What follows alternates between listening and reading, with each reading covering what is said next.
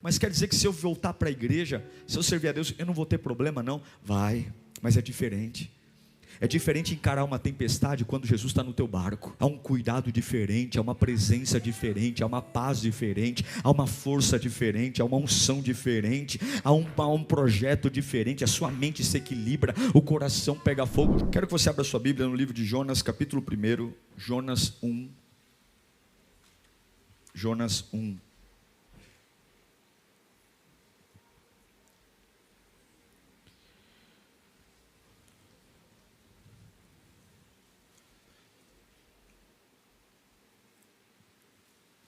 Fala assim a palavra de Deus. Eu vou ler o capítulo todo, são 17 versículos, mas eu preciso ler o capítulo inteiro. Vai me tirar um pouquinho de tempo aqui, mas eu preciso ler com você, versículo a versículo, para que você entenda o que Deus tem para nós aqui. Então preste atenção. Jonas 1, nós vamos ler do 1 ao versículo 17.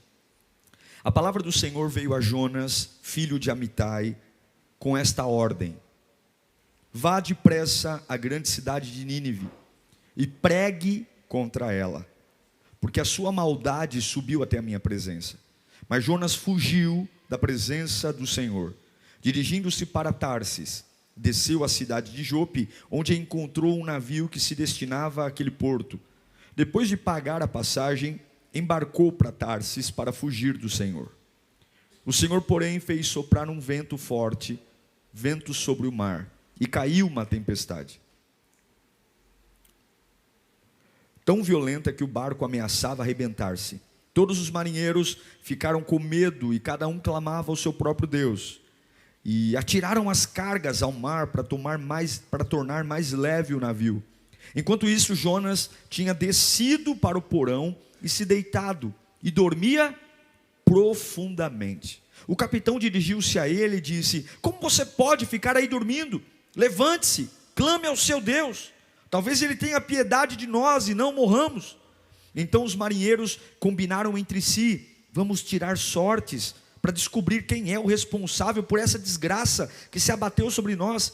Tiraram sortes e a sorte caiu sobre Jonas. Até então ele não tinha falado nada do que estava acontecendo com ele.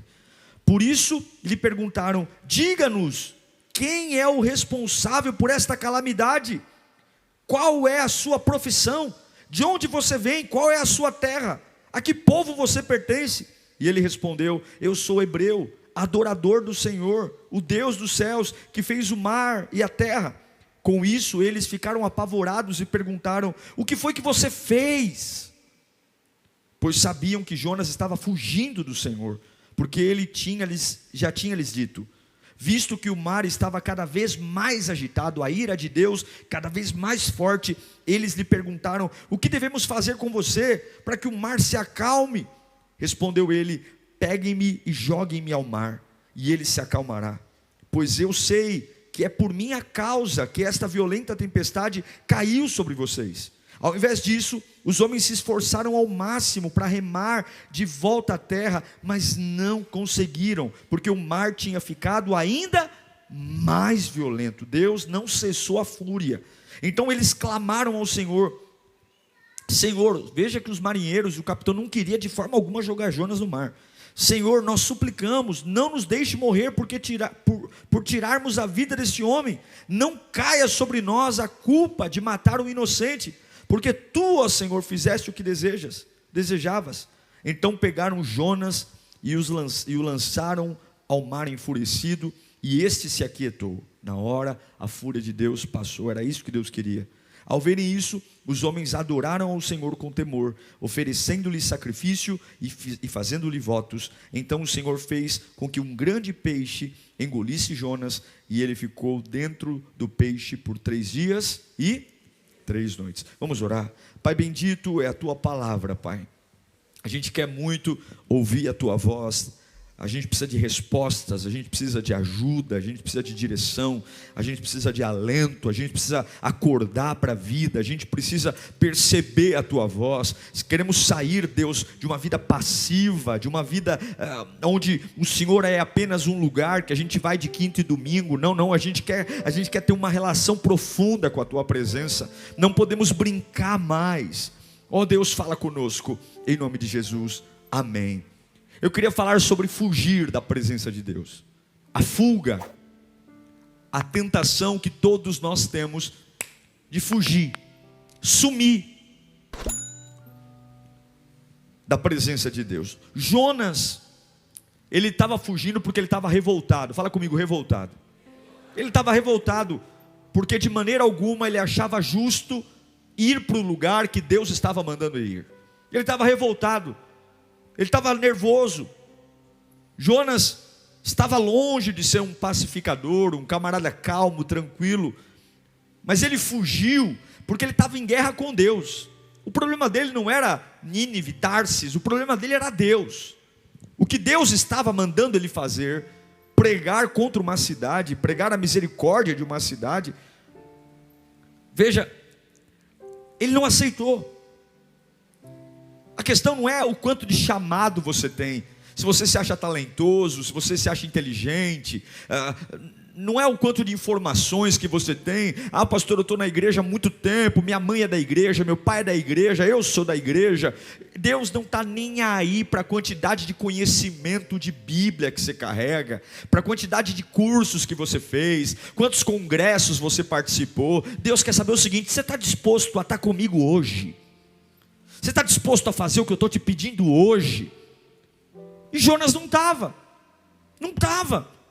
Deus o mandou: vai depressa para Nínive, eu quero que você pregue lá. Você tem palavra, você tem poder, eu te usei. E ele disse: não, eu não vou porque a vida é minha, não vou porque eu não quero, não vou porque eu me acho dono do meu nariz, não vou porque eu faço as coisas do meu jeito.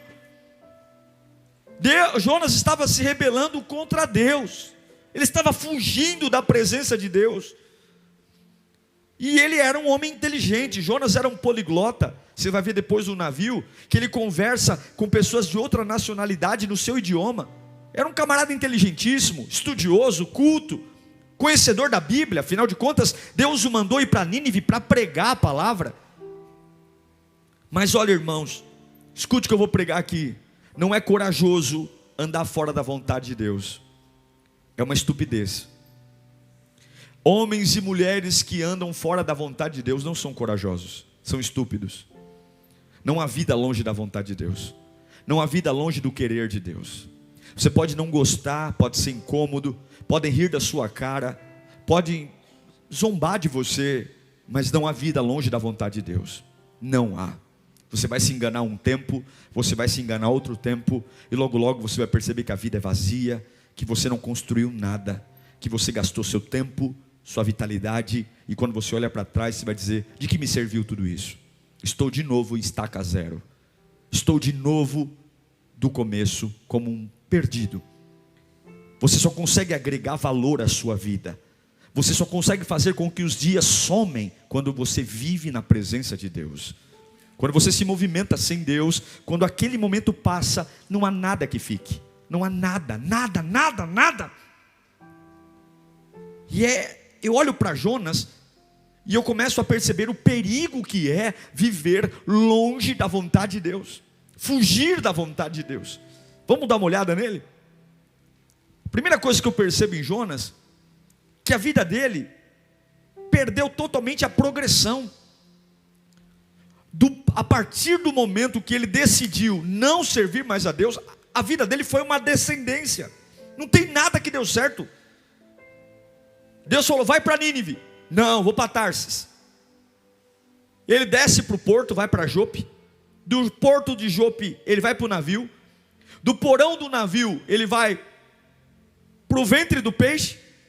A vida dele é uma descendência. Observe a vida de um homem longe da vontade de Deus. É uma descendência. Não tem um que consiga. Jonas, Jope, porto, navio, porão do navio, ventre do peixe. Perdeu a progressão. Ele só volta a subir quando ele se arrepende. E sabe o que é o pior de tudo? A gente está tão cego, que a vida está numa decadência terrível. A gente olha e fala: meu Deus, eu estou perdendo tudo. E aí a gente culpa a faculdade, a gente culpa os amigos, a gente culpa as pessoas. Na verdade, a culpa foi a raiz, nós perdemos a essência.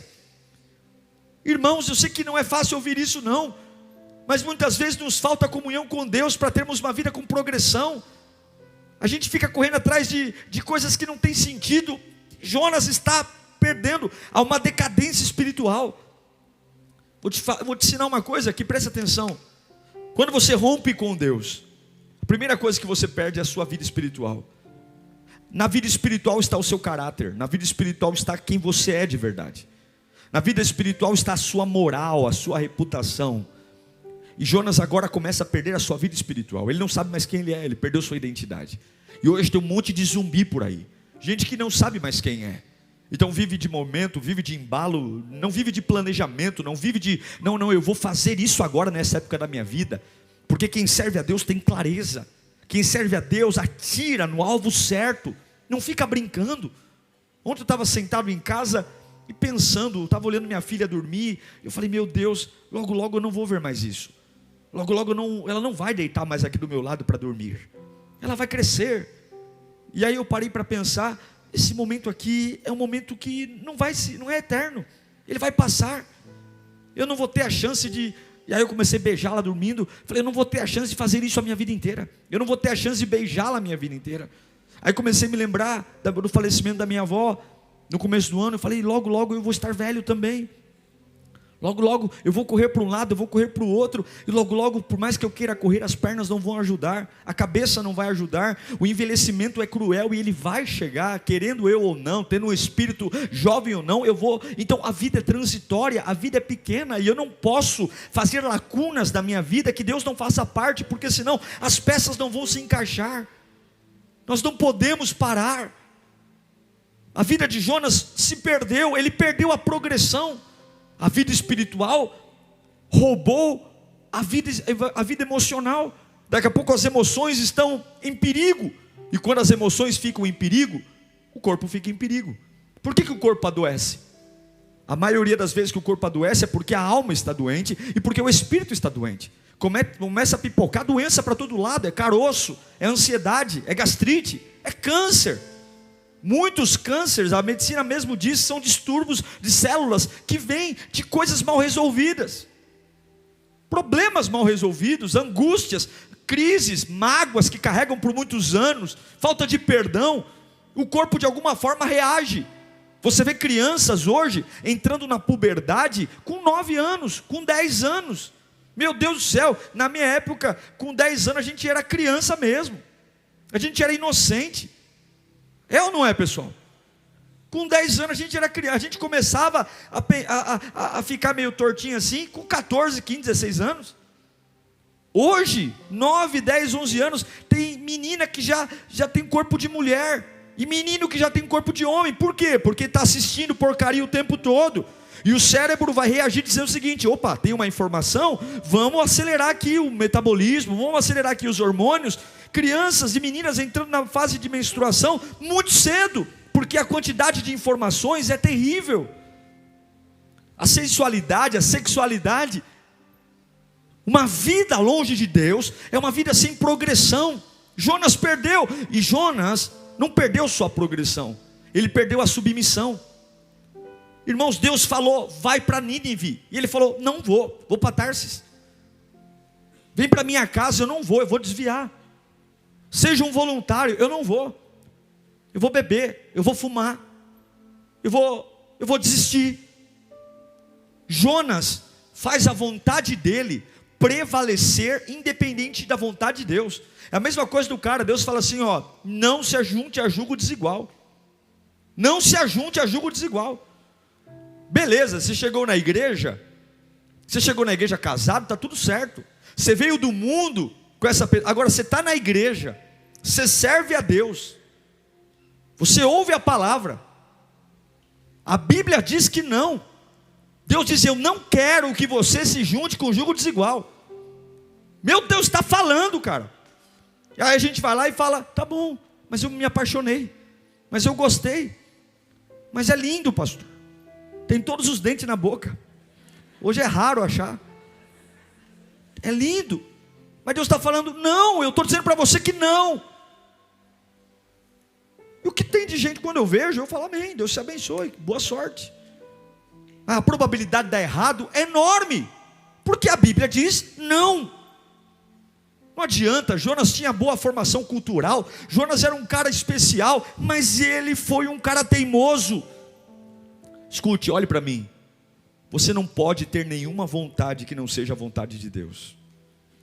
Não tenha nenhuma vontade que não seja a vontade de Deus. Quando Deus disser não, nem fica cozinhando o galo. Quando Deus disser não, nem fica remexendo, já descarta na hora, já elimina. Não tenha nenhuma vontade que não seja a vontade de Deus. Não tenha.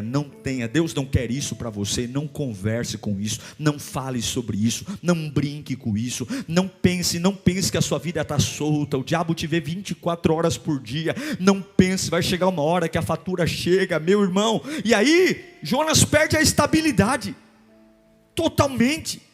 Quando você se desconecta de Deus, você foge de Deus, sua vida perde a estabilidade, perde. Jonas não se encaixou no projeto missionário, Jonas não se adaptou ao navio, Jonas não se adaptou nem à barriga do peixe, não tinha lugar nenhum que ele estava bom, onde ele estava tinha problema. Olha quantos marinheiros perderam dinheiro por causa de Jonas. Se uma pessoa longe de Deus causasse problema só para si, está tudo bem. Mas tem gente que perdeu dinheiro por causa de Jonas. A Bíblia diz que Deus mandou vento. E quanto mais os marinheiros se negavam a jogar Jonas no mar, mais Deus mandava vento. Ao invés de jogar Jonas no mar, sabe o que eles fizeram? Pegaram toda a sua mercadoria de suor, de trabalho, de empenho, e tiveram que jogar tudo no mar, para preservar a vida de um desobediente. Que preço será que as pessoas têm que pagar pela nossa desobediência? Que preço a gente faz as pessoas que a gente ama, ou que nos amam, pagar pela nossa rebeldia?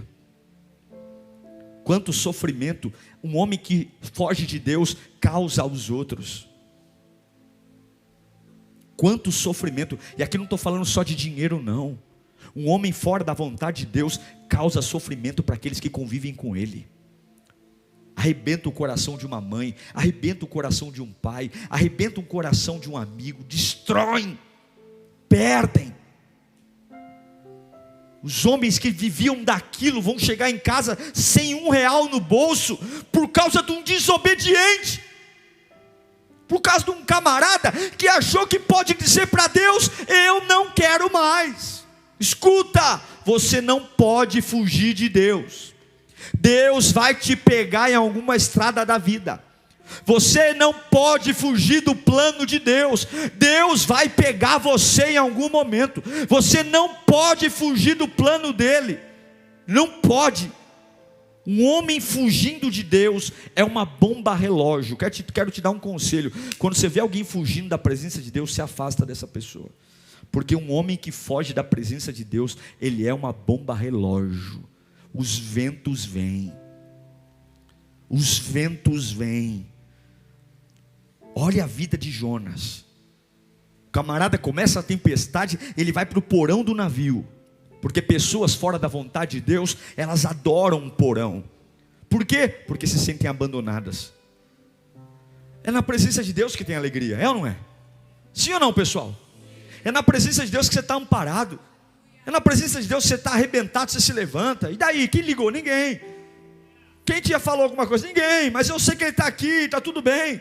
São as 3 frases que eu amo. Eu amo dizer isso, digo isso todo dia. Tudo no tempo de Deus. O sangue de Jesus tem poder. E obrigado, meu Pai. Eu falo isso todos os dias. Fala comigo, tudo no tempo de Deus. O sangue de Jesus tem poder. Obrigado, meu Deus. De novo, tudo no tempo de Deus. O sangue de Jesus tem poder. E obrigado, meu Pai. Eu falo isso no dia bom, no dia ruim. Mas Jonas vai para o porão. Um cara que ia pregar o evangelho está no porão, no meio de uma tempestade. Quantos homens que estão aqui, mulheres cheios de Deus, que carregam uma palavra, que carregam uma autoridade, estão vivendo num porão, porque em algum momento das suas vidas decidiram andar com a própria sorte, no porão, a tempestade vindo, vindo, tempestade atrás de tempestade, aí está fora da vontade de Deus, começa a dar problema no emprego, começa a dar problema no casamento, começa a dar problema na saúde, aí você fala assim: pastor, mas quer dizer que se eu voltar para a igreja, se eu servir a Deus, eu não vou ter problema? Não, vai, mas é diferente encarar uma tempestade quando Jesus está no teu barco, e é diferente encarar uma tempestade quando você está sozinho, é diferente, há um cuidado diferente, há uma presença diferente, há uma paz diferente, há uma força diferente, há uma unção diferente, há um projeto diferente, a sua mente se equilibra, o coração pega fogo. Jonas não, Jonas está no meio de um porão, ele está sabendo que está fugindo, a tempestade vem, e sabe o que é o mais triste de um homem que perde a vontade de Deus, ou que sai da vontade de Deus, ou que foge de Deus? É o que acontece no versículo 6 de Jonas 1,6. O capitão, ele era o ímpio, o capitão não servia a Deus. Aí o capitão olha para um camarada que é pregador do evangelho, um camarada que foi criado na igreja, um camarada que já leu a Bíblia, um camarada que já fez escola bíblica, um camarada que já foi usado por Deus, que já falou em línguas, que já profetizou, um camarada que tem tudo, tinha tudo para arrebentar, mas de repente decidiu andar por conta própria. Aí o capitão, que é um ímpio, que nunca serviu a Deus, olha para esse camarada que está no porão do navio, fazendo todo mundo sofrer por culpa dele, e o capitão diz: como você pode ficar aí dormindo, meu? Levanta, cara, clama ao teu Deus. Está todo mundo orando, e você que serve o Deus verdadeiro, está dormindo, cara, está dormindo. Está todo mundo buscando alguma coisa, uma ajuda. Sabe por quê? Porque um homem que foge de Deus, ele perde o senso de tudo. Ele esquece o tamanho do Deus que serve, ele esquece a força que Deus tem para ele esquece. Jonas, o grande pregador de Nínive, está dormindo no porão de um navio, fazendo gente sofrer por culpa dele, e ele dorme, e está tomando um esculacho do capitão, dizendo: cara, vai orar, bicho, vai orar, sai desse sono.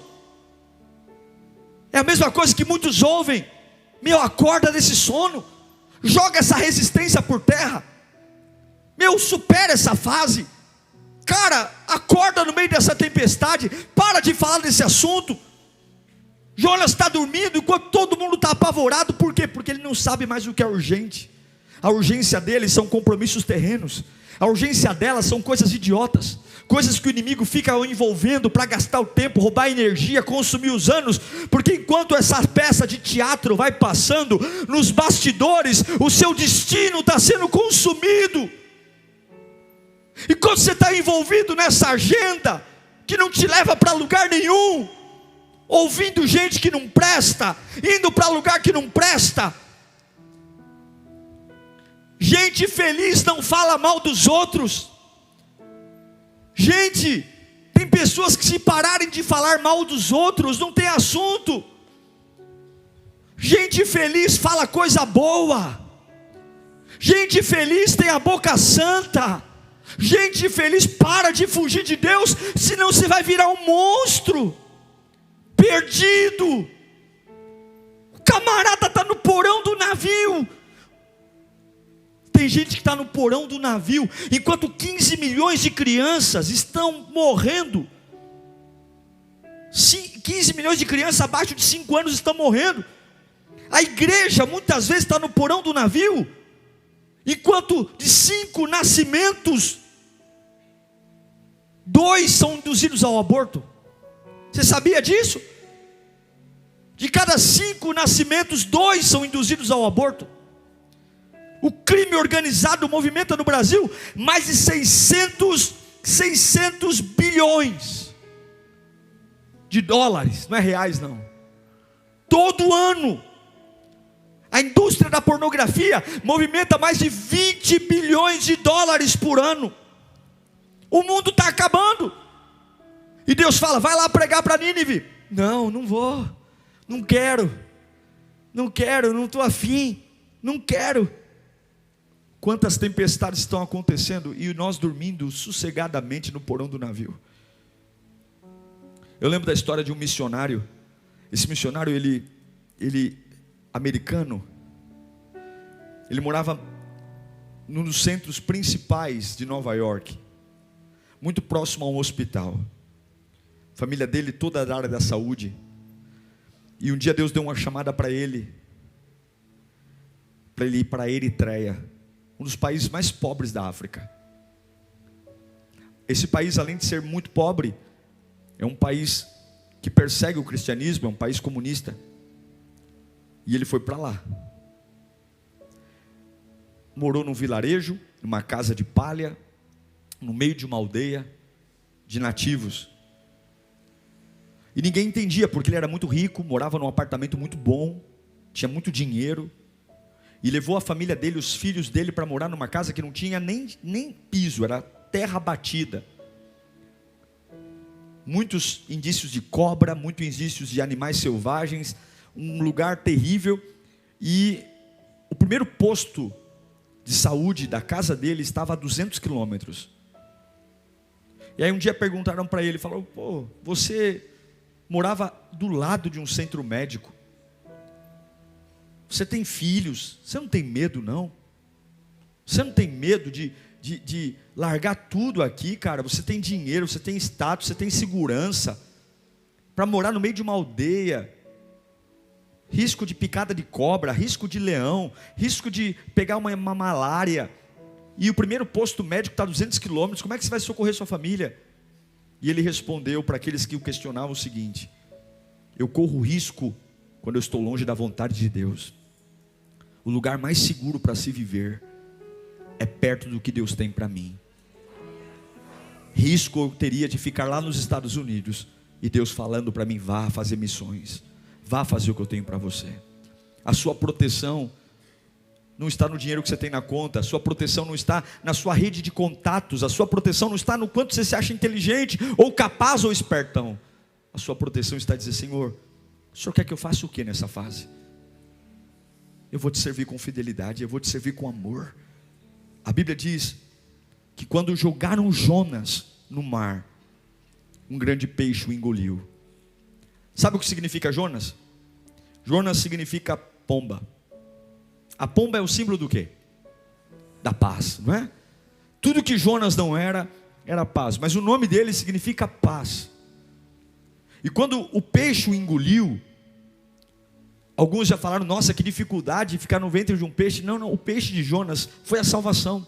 A gente não sabe se foi um tubarão-baleia, se foi uma baleia azul, mas não foi qualquer peixe, porque para engolir um homem. E Jonas não foi o primeiro homem engolido não. Em 1857, o norueguês também foi engolido por um peixe.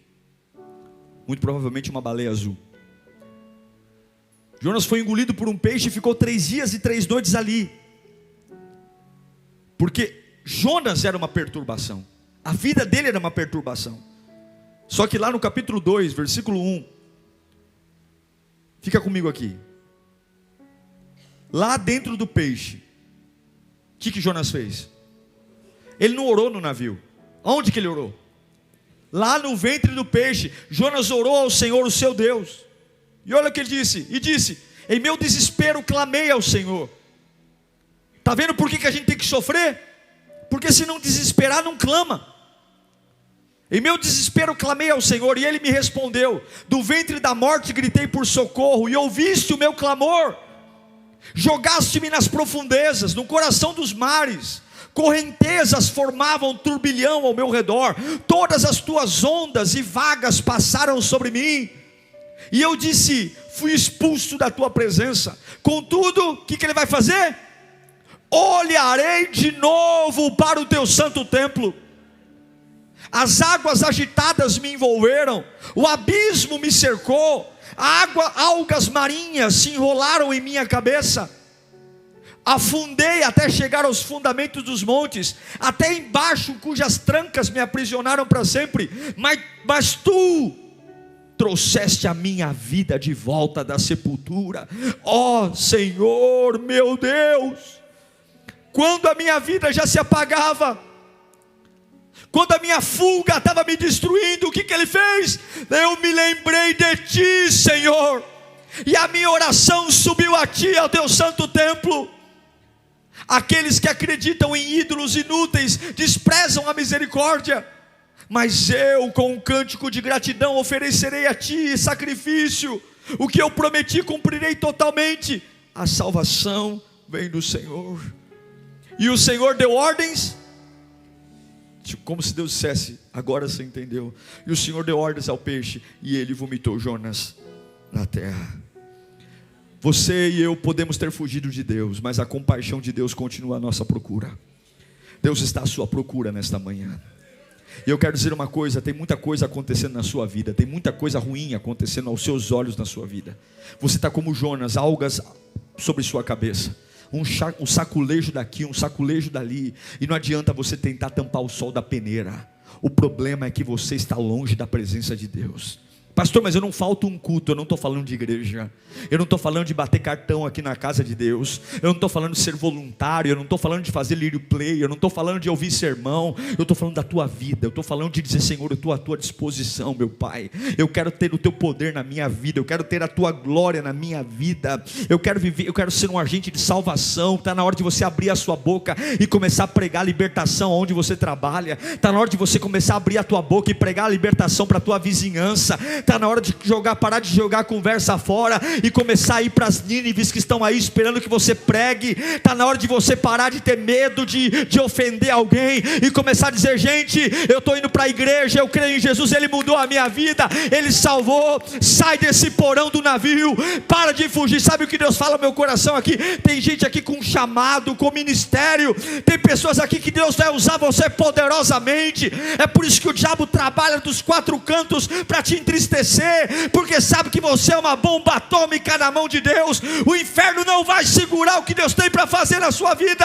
Mas em nome de Jesus, para de fugir. Para de fugir. Para de fugir de Deus. Para de fugir da santidade. Para de ser um tolo. Um tolo. Se você permanecer firme na presença de Deus, você vence. Não espere Deus ter que usar um peixe para fazer você cair a ficha. O que eu faço hoje, pastor? Se entregue. O que eu faço hoje, pastor? Volte a sentir presença por Ele. O que o Senhor quer que eu faça, pastor? Por Deus, o que o Senhor quer? Eu quero que você vá para o lugar que você mais detesta e seja fiel a mim lá. Você detesta Nínive, você não gosta de Nínive, eu quero ver você fiel lá. Eu quero ver você fiel a mim no dia ruim. Eu quero que você dê testemunho a esse povo num dia mau. Eu quero que você pregue o meu evangelho. Vão chamar você de idiota, de trouxa, de tonto. Vão dizer que você não é mais o mesmo. Vão dizer que você é careta. Vão se afastar de você, mas eu quero que você seja um pregador lá em Nínive. Lá está todo mundo corrompido, lá está todo mundo morrendo. Você vai levar minha voz lá. Não fuja disso. Eu te chamei para isso. Eu não te chamei para o conforto, eu te chamei para o confronto. Eu não te chamei para a alegria do povo, eu te chamei para ser a tristeza daqueles que me abandonaram. Levanta a sua mão para cá. Você que é um chamado poderoso de Deus, você quer ser usado. Quem quer ser usado por Deus aqui?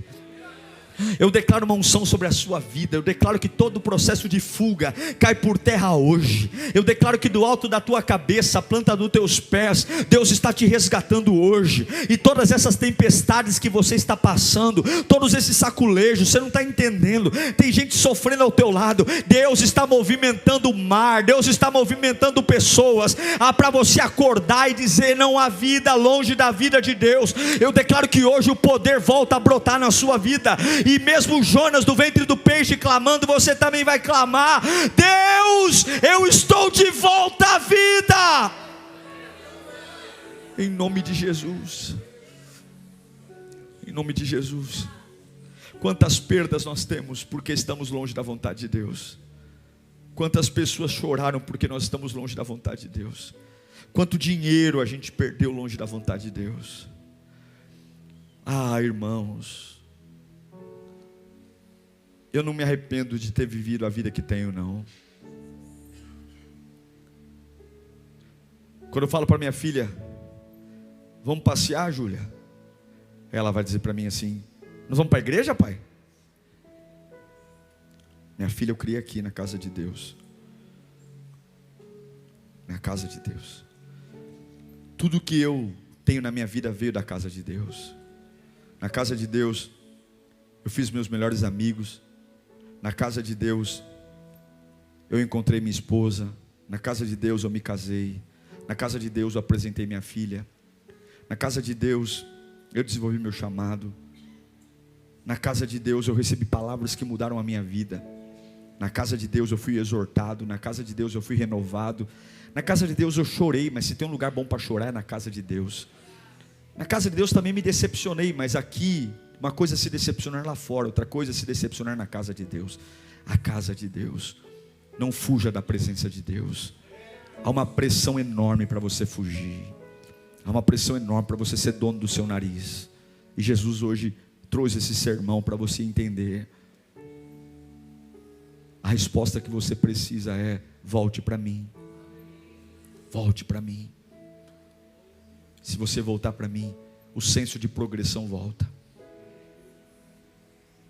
A coisa mais linda do mundo, olhe para mim aqui, eu encerro, é quando você sabe que está no caminho certo. Quando você sabe que está no caminho certo, até mesmo quando o resultado não é bom, você fica em paz. Porque você sabe, eu estou no caminho certo. As coisas não estão acontecendo, mas eu estou no caminho certo. Eu poderia estar ganhando mais, eu poderia estar mais longe, mas eu estou no caminho certo. E você sabe que se você está no caminho certo, você chega na estação. E como é que eu sei que estou no caminho certo? Você sente. O Espírito fala com você.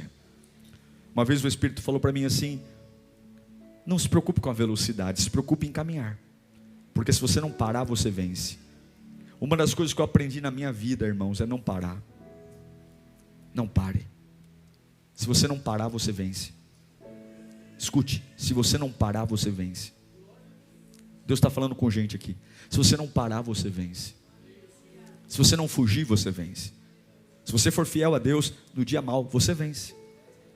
Se você cantar no dia da doença, você vence. Se você orar no dia do luto, você vence. Você não enlouquece, você vence. Mas não fuja mais. Se você abandonou o seu chamado, se você tem alguma área da sua vida que você fala: pastor, eu fugi da presença de Deus. Eu fugi, eu larguei, mas eu quero voltar hoje. Hoje eu quero voltar. Eu entendi que Deus me colocou no ventre de um peixe, que Deus movimentou muita coisa ao meu lado para que eu acordasse, e eu acordei hoje. É isso aí. Eu quero voltar à vida. Eu não vou chamar você na frente, mas eu peço que você fique em pé no seu lugar. Eu quero fazer uma oração específica por você. Você que abandonou algo. Não tenha vergonha não, não tenha vergonha não. Eu não vou te chamar, não vou te expor nada. Só fica de pé, só para eu saber que tem alguém aqui. Você que está aí na tenda, você que está aí no hall, só fica em pé. Eu não vou fazer nada, não vou te entrevistar. Fica tranquilo, não tem constrangimento nenhum. Só fica de pé, porque quem está vendo você em pé é o Senhor Jesus. É o Senhor. A gente tem que aprender a responder a palavra. Só ficar em pé. Vou te dar mais 10 segundos para você que está com vergonha e ficar em pé. Fique em pé. Quero que você feche os seus olhos.